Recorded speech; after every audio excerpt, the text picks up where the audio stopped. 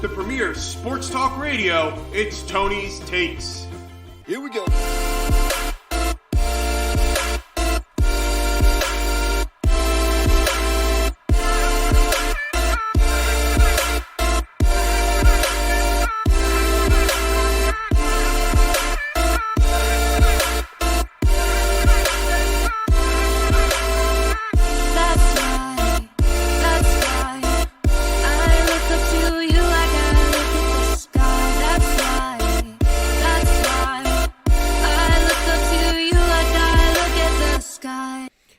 Welcome back to another great episode of Tony's Takes live right here on YouTube for the best show in sports talk radio. And of course, I'm so used to saying, and of course, I'm not alone in the studio today, but unfortunately, I am actually alone in the studio today, and that is because of the lovely weather we are having here in the Philadelphia region. And it's all Jimmy's fault because he's a big scaredy cat and he's afraid to get on the roads and drive over here. And I just want to say this about Jim because he's going to love my comment. You know, Jim is a volunteer firefighter. Thank goodness he's not a mailman, because if he was, he'd be here right now. So I'm going to put it on Jim a little bit. But that's fine. That's the way that it goes here at Tony's Takes. You know, I don't hold the punches back, and Jim knows that. He risks it when he misses out on today's episode. But that's fine. That's fine. We're going to have to get over it. And speaking of today's episode, we're going to be talking about a lot of great things. First of all, the Eagles have traded Carson Wentz. That is something that is very important to discuss. And I'm going to talk about it for 5 minutes, and then I'm going to talk about another subject for 5 minutes, and then we're going to open up the phone lines. But the trading of Carson Wentz is pretty significant. So that's the lead of today's show. We covered the Eagles all season long, and it would be wrong for me not to talk about the trade that probably will change the franchise for the next 5 years, I would say. Then we're going to talk about one of my favorite topics, the wonderful Phil Martelli, and I hate bringing him up all the time, but I must, because I have now realized that people on Twitter this is a very niche area, but people on Atlantic 10 Twitter who follow Atlantic 10 basketball and college basketball in general, who don't follow St. Joe's, love to bring up Phil Martelli as a way to get clout, because they know all of us real St. Joe's fans, the St. Joe's fans that listen to the show, they know that we have such strong feelings about it. It's a quick way for them to get 40 replies, 100 likes, all this other stuff. The other accounts, so you follow George Mason. What do you know about the Phil Martelli situation in St. Joe's? You weren't there when the audience wasn't there, or you weren't there when the stadium was completely empty. You know nothing. You know nothing. You're this unathletic little kid, this snobby little unathletic kid who wants to make judgments on a team that you don't even cheer for. You don't know what goes into athletic departments. You don't know what it takes to coach a team. You've never probably played basketball in your life, and you're not even athletic. You're some noodle-armed kid who wants to get clout about a team you don't even follow. You just want to rile everyone else up. So we're going to get into that. And the LaSalle game's coming up. I was really excited to hear about the LaSalle game and that it got rescheduled, even though the Atlantic 10 is like changing their schedule. It's kind of crazy. And finally, JT breaks his thumb.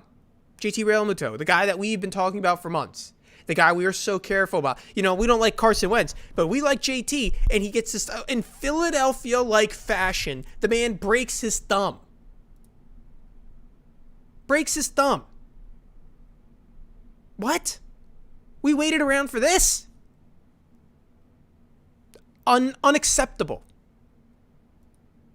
Unacceptable. Okay, I'm going to get into Carson Wentz now.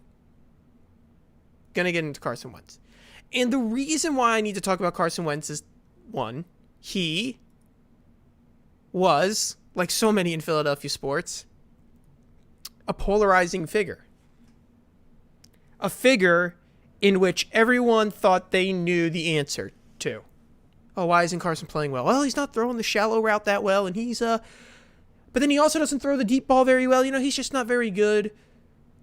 Or they would go on and say, oh, you know, the wide receiver, the defender would come out. Oh, well, Carson doesn't have the right receivers, and his running back's not that great. You know, look how many drop passes Miles Sanders has, and it's just a big mess over in Philadelphia, and And it's just not working out for Carson, but it's really Doug's fault. And in theory, Howie Roseman, in my eyes, is really the issue. Right? Carson doesn't have any weapons to throw to because Howie Roseman's a terrible drafter. And then you can flip it on the other side and say, what's Doug Peterson doing? He made those bad calls, and then Howie Roseman brings in a quarterback which Doug Peterson wants to throw into the game. Howie Roseman made it very difficult on Carson for the very fact he brought in a replacement and said, now you got to play with him. Now you got to play with this guy over your shoulder. The other guy won us a Super Bowl. Now we want this guy to play over your shoulder. And then you have a coach who doesn't make the right decisions in game. I liked Doug Peterson, but he was very questionable in what decisions he made. And so it all comes out, right? And it feels like we've cleaned house for everyone except the last remaining issue. And that's Howie Roseman. Good for Carson. He's going to the team we all thought he was going to. The Indianapolis Colts. He's going to return to Frank Reich. And I know that if Jim was in the studio with me today, he'd be very glad that this came to fruition. And it came true. He was right. And we're going to see if the Frank Reich magic was right, it was correct. If it was really something that made Carson a better player. Because if Carson stinks it up, well, then we can't use that argument that it was Frank Reich. Then we have to acknowledge Carson wasn't a good quarterback. That's fine. Just like if Doug Peterson goes and wins another Super Bowl with another team, like Andy Reid, then you got to come clean. Philly fans have to come clean. Andy Reid was a good coach. He is a good coach. It's okay. It's just adding to the long list of bad Eagles decisions. And the Eagles do find themselves as the clown of the NFL now. I mean, what separates the Jets and the Eagles? They have won Super Bowl, and they have a long, long history of stinking it up and coming up short and having short-minded decisions. Don't you all remember when the Eagles won the Super Bowl? We said, finally, they made the right decisions. Finally. After the Chip Kelly drama and the Andy Reid drama. Finally, they made the right decisions. They have a well-rounded team. They're making dynamic play calling. They're not messing it up like Andy Reid did against the Patriots. But now we find ourselves in the same situation again. Firing a coach after a Super Bowl. Only the Browns would do something so stupid. Really. Now, you can all say, but the team wasn't doing well, and I don't like it when my Eagles go 5-10. I want them to go 13-2 every year. Well, you traded that away with Andy Reid, who usually went 12-13 wins a season. I say this as a warning to Eagles fans. Be careful what you wish for. Be careful for what you wish for. We need Carson gone. He's a big idiot. Maybe you're the big idiot for thinking that you can just find a new quarterback overnight. The Browns took 20 years. The Jets still haven't found one. After all these years, they've never had a franchise-leading quarterback. And quite frankly, the Eagles never have had the kind of quarterback. No Eagle player has ever come close to Brett Favre, Dan Marino, Ben Roethlisberger, Joe Montana, Peyton Manning, Tom Brady. None of them. Jaworski's not in that level. Nick Foles isn't. Donovan McNabb isn't. Vic, Wentz, none of them are. Who do you think you are? You're going to go find someone new like that. Now, hold on one second. Now, you could say in all of this, oh, but, this is the NFL. It's dynamic. We can find a new player anytime we want. This isn't the NBA. You don't need to find a guy who is going to take over at any time, like a LeBron James who leads a team. Sure, but the quarterback's the most important position. And once again, the Eagles find themselves dealing away another quarterback. Maybe it's the drafting. I think you're okay to hang this on Howie Roseman. It's fine. He doesn't draft very well. So why are we trusting him to draft another quarterback? The Eagles are becoming a clown show. And even after one Super Bowl, they have gone back to their clueless ways. Remember the Wing Bowl for WIP? The only reason why they had it is because the Eagles were so incompetent, they were never going to win a Super Bowl. And I'm afraid that the Eagles have returned to that. So on the phone line now, I'm going to go to the phones. We have co-host Jimmy D. Jim, hello. Tony. Am I getting you fired up, Jim? Tony, you're getting me fired up when you're calling me out. Includes everybody. In rain and snow and sleet and whatever. I'm sorry, You got, you're a different type of government worker. you got to be kidding me. I can't believe that you would call me out after a snowfall the way that we had today. I've seen you get to my house on worse snowfalls, believe it or not.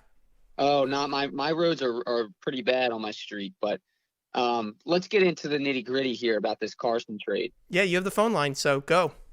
So there's two outlooks here, right? So there's how does the trade look on its face? I think it's fine. We were in a bad contract for somebody that didn't want to be here, obviously.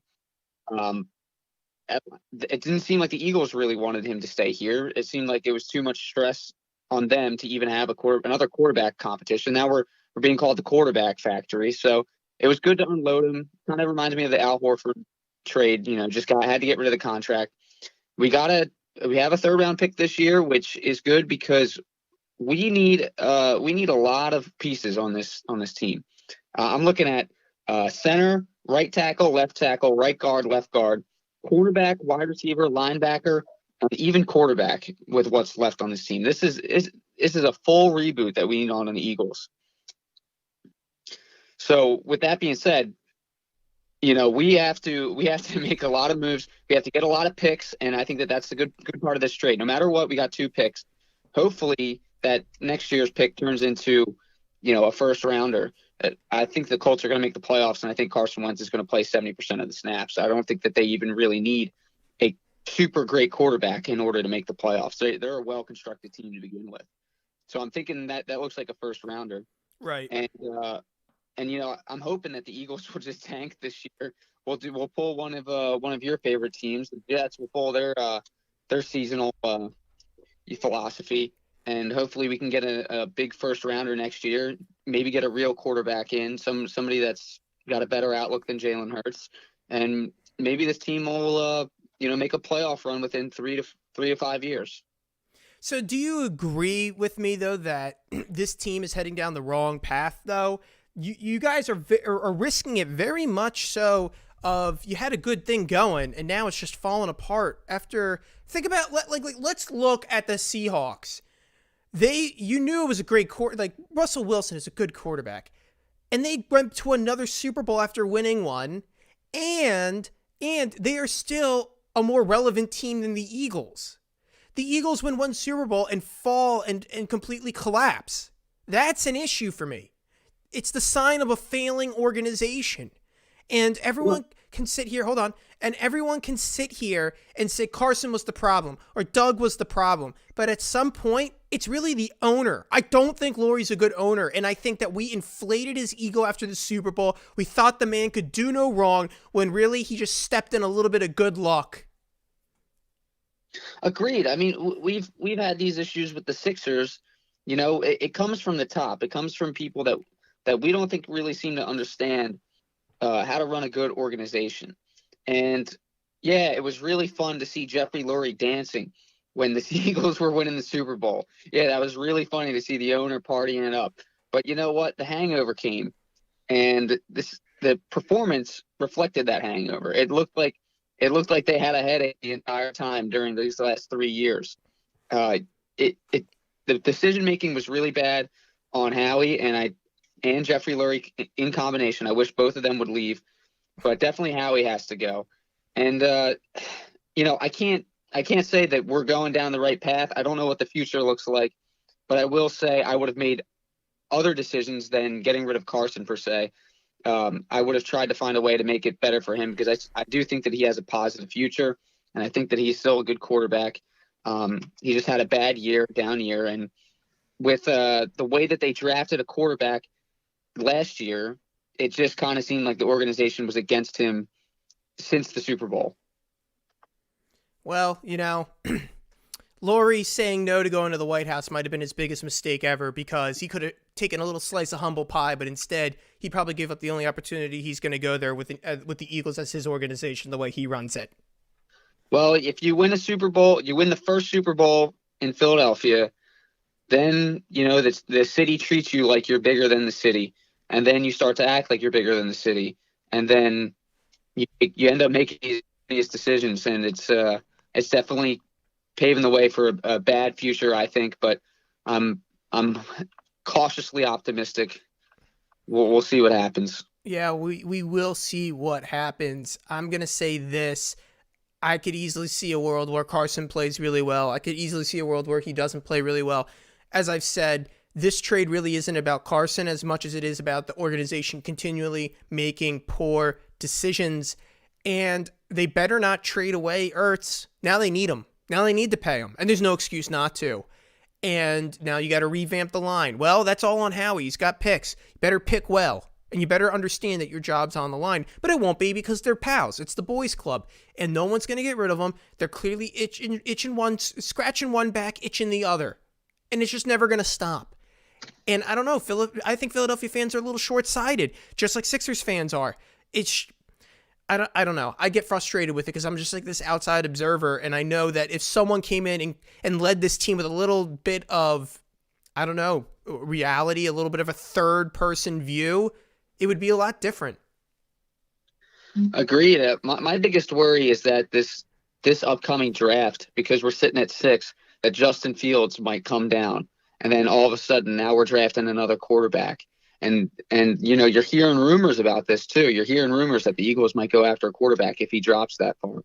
And if that happens, there are going to be some major questions about that front office and who's making the decisions and who's calling the shots, because we cannot have this every year, every 2 or 3 years that it's a quarterback competition about who's going to be starting and taking over this team.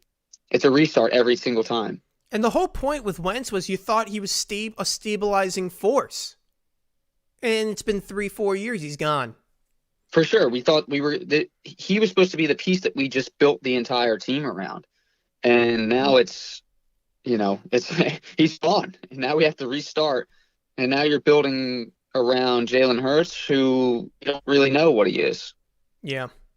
It's quite a problem. Jim, I'm going to probably let you go because we've got Steve in Summerdale calling at 7:25, correct?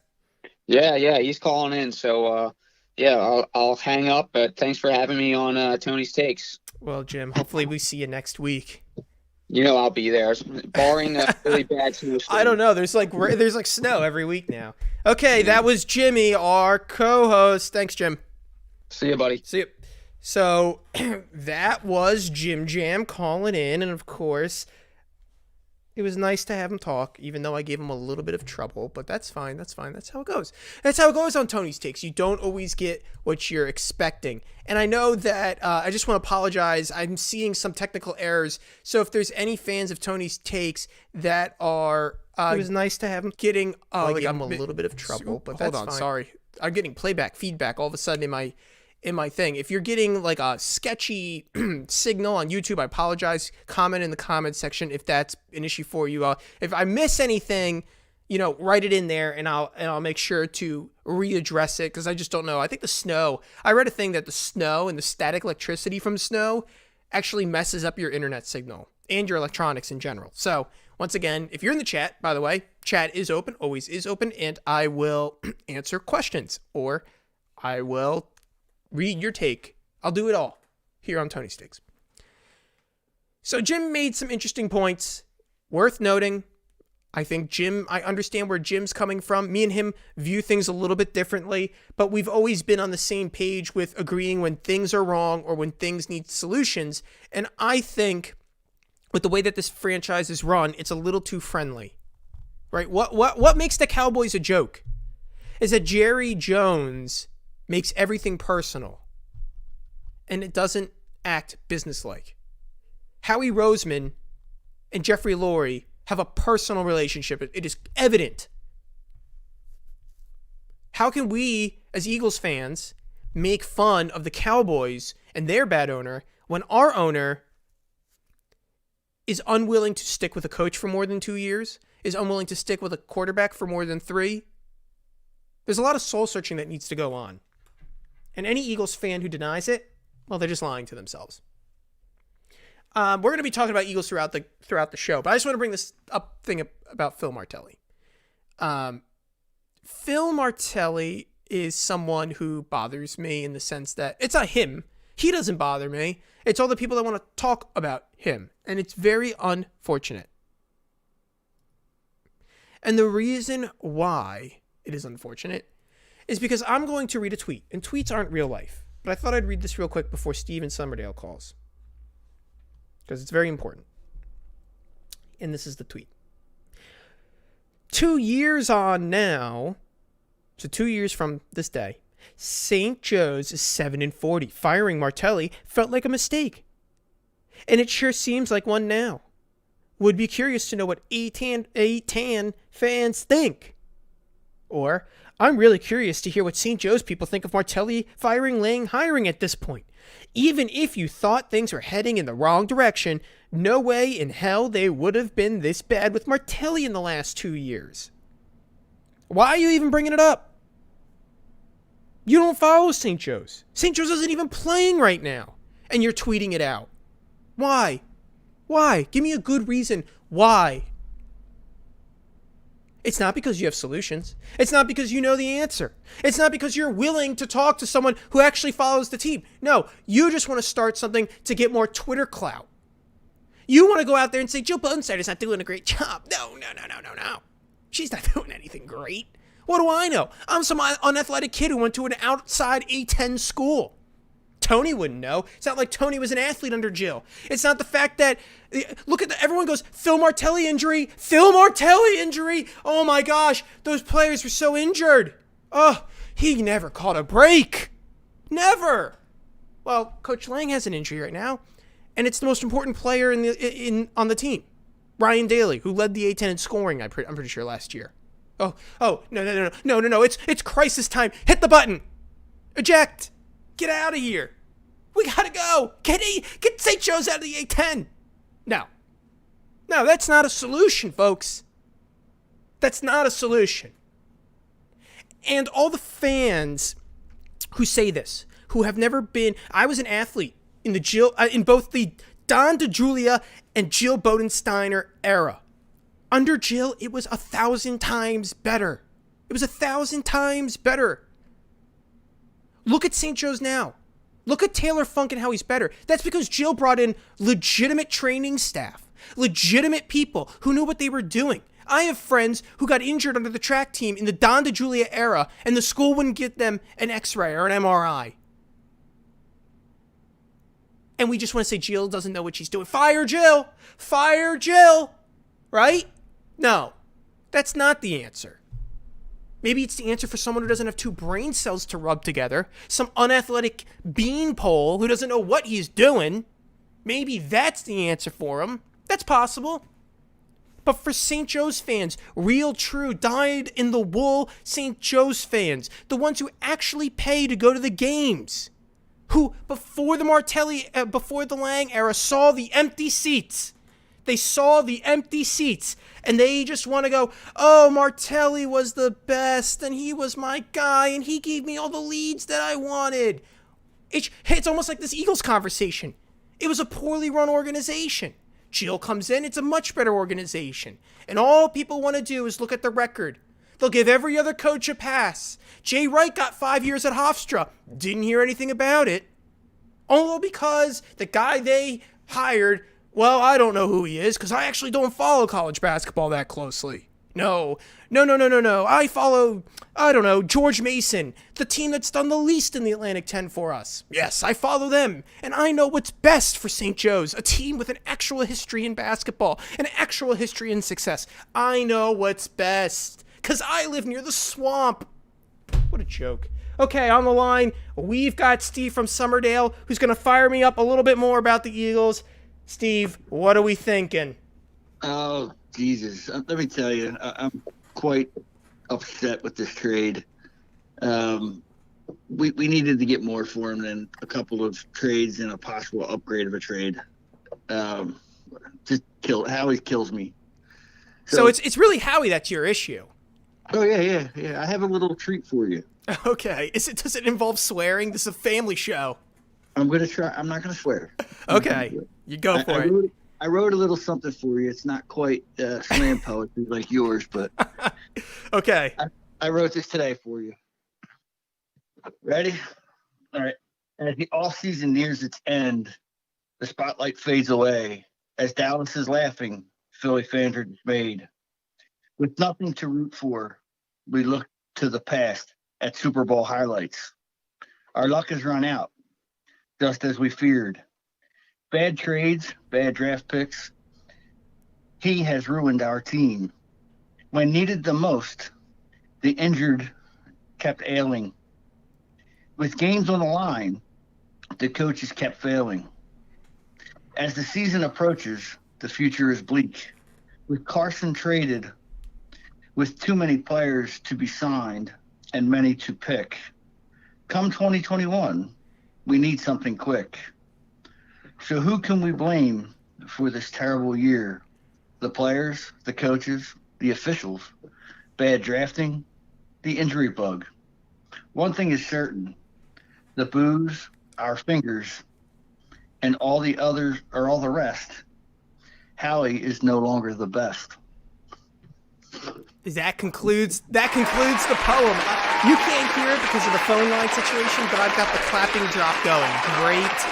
Oh, now Nice. did Jim help you with that, or is that all you? No, that was all me.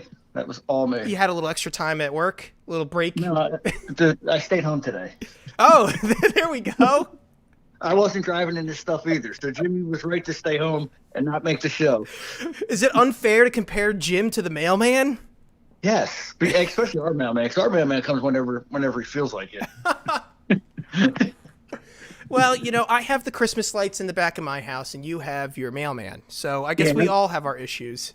How's that going, Karen? It's, it is still on, and it's kind of like my little beacon of hope through this COVID crisis. I'm trying to see if my sanity will last longer than the lights themselves. Don't make me go into a slam poem. I'm already feeling it, the emotions.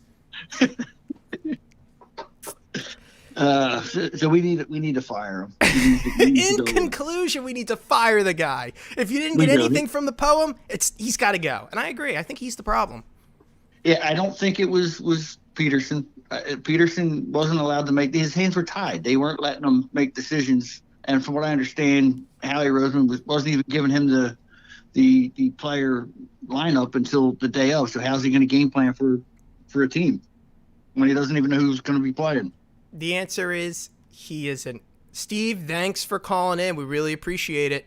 No problem. I'll talk to you, Tony. Yep, thank you. That is Steve in Summerdale with a great poem. Should I drop Jim for Steve? No, I couldn't do that. Jim's going to come back with a haiku next week.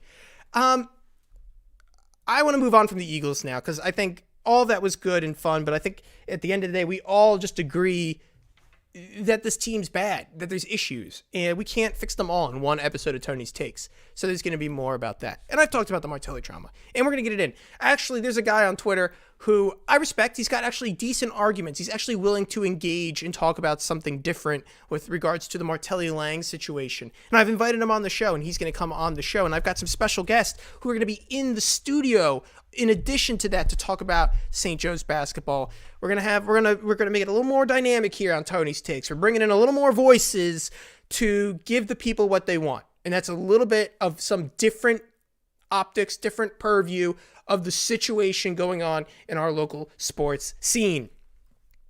So we've talked about Martelli. We've talked about the Eagles and Carson Wentz. There's two things I need to finish talking about. Excuse me. Talking so much, I'm getting worked up. So there are two things that matter to me that are left in the show. Today's a short episode. One is JT. We waited all year for JT. And Jim says we shouldn't panic. And that JT will play on opening day. However, Jim also made the point to me on the phone earlier, outside of the Tony's Takes call, that sometimes money will make you soft. And maybe that's the truth. Maybe that's what I'm walking away with after seeing that news. But I'm going to read this real quick. This is from MLBTradeRumors.com. The Phillies kicked off spring training with some brutal news for fans. Star catcher JT Realmuto recently sustained a small fracture in his right thumb. Manager Joe Girardi announced to reporters the injury occurred 6 days ago when catching a bullpen session. Real Muto's thumb will be immobilized for the next 2 weeks, and while the Phils are hopeful that he'll be ready for opening day, there's no guarantee that will be the case. It's certainly not the way the team or Real Muto hope to kick off the newly inked 5-year, $115 million deal. Real Muto will be reevaluated after the immobilization period, at which point the club will have a better timeline for his return to games. If Real Muto is forced onto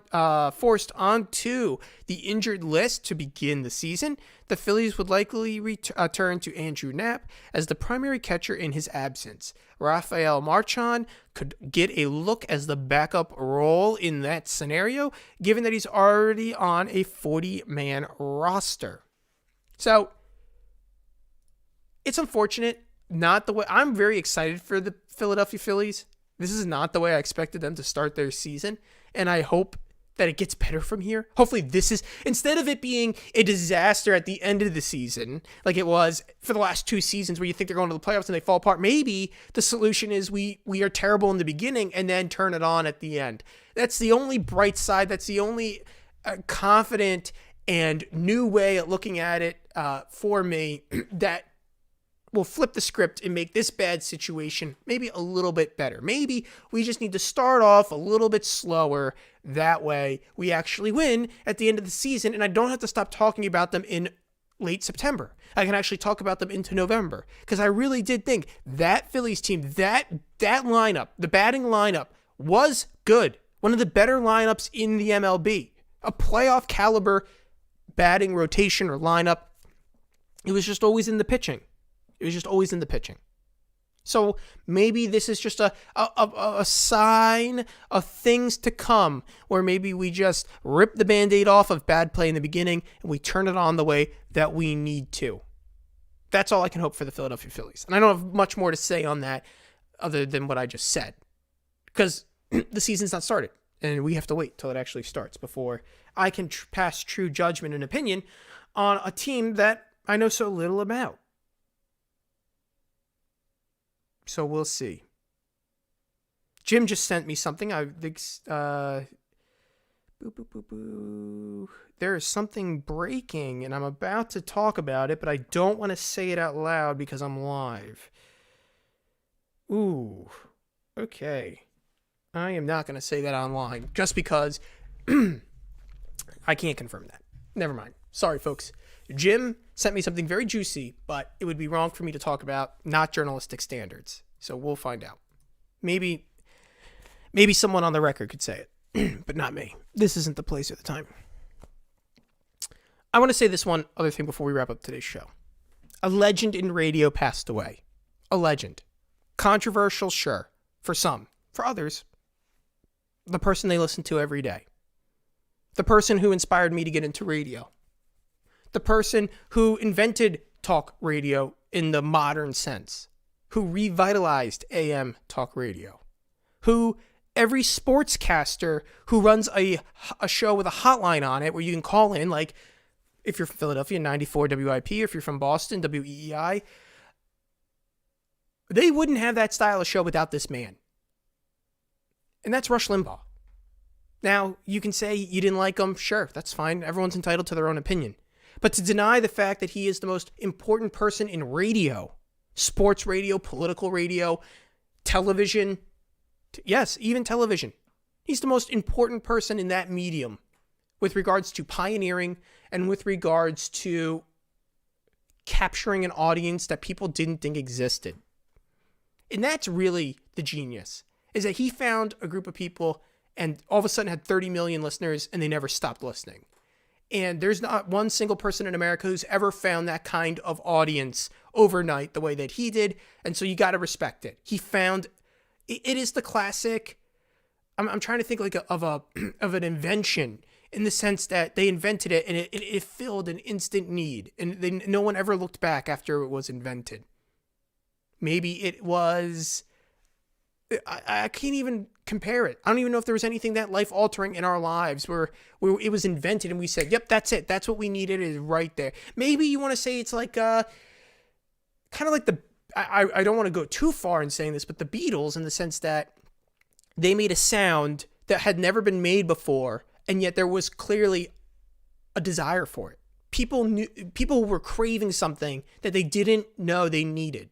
And I guess that's the best way to say it. And they didn't know that they needed interesting talk radio about a subject that wasn't covered. And that allowed you, the viewer, to call in. That's the beauty. Howard Stern did the same thing too. I'm not going to say that, he's the only one. Howard Stern did some great things as well, and Don Imus, but they didn't have the audience that Rush had. And he gave people the power to call into the medium that they enjoyed listening to. And that's powerful. And it's interesting. And sports radio in general, anyone who's a disc jockey, anyone who wants to be a podcaster or anything, regardless of what it's about, have it to owe to Rush, because he revitalized pretty much just audio as a form of entertainment outside of music, speaking audio. So that's what I just wanted to say. Not many people will say it. It has nothing to do with what he believes, even though I don't care if you agree or disagree with him.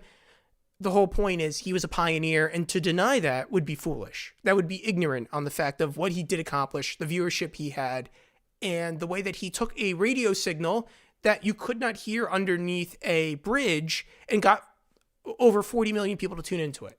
You got to be pretty good to do that, regardless of what you say. You just got to be entertaining. So I just want to say that. And if you can't handle that, I'm sorry, but what are you going to do about it? I mean, you really going to get that upset at Tony? I mean, you shouldn't care what I think. Anyway, I just, like to riff about sports. Okay, that does it for tonight's episode of Tony's Takes. So glad that everyone could join us. I know it was kind of a weird day, but that's fine. It happens to the best of us. A little bit of snow never hurt anyone. I want to thank Jim Jam, and I want to thank Mr. Daniels for calling in. It was always a pleasure hearing from them. If you're listening to the show on YouTube, it's your first time here, make sure to subscribe to the channel. Really would appreciate it. Double click the notification bell. That way you get notified every time we go live. In addition to that, email the mailbag with your hottest takes or questions. The mailbag is tonystakes.1851@gmail.com. That's tonystakes.1851@gmail.com. Email us your takes. We'll read it out on the show. I always promise that. Also, if you're not listening to us on YouTube, you're listening to us on Apple Podcasts, please leave a 5-star review. We read all 5-star if you write. So on Apple Podcasts, it works. Oh, I hate that I'm messing this up. Leave a 5-star review, and if you leave a written review with your 5-star review, because that's an option on Apple Podcasts, we'll read it on the show. So that's what I meant to say.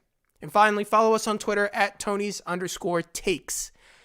Next week, who knows what we're talking about? There's breaking news every day. It seems like the Carson Wentz trade broke today, and we're covering it here on Tony's Takes. So you never know. Make sure to subscribe, and that way you can hear what Jim and I have to say about the situation. And please, the most important thing you could do is share this show with a friend. It's the best way to spread the news about the good news about Tony's Takes. Other than that, thanks for tuning in today's episode of Tony's Takes. Look forward to hearing from everyone next week right here on YouTube. Thanks for listening. The premier sports talk radio, it's Tony's Takes. Here we go.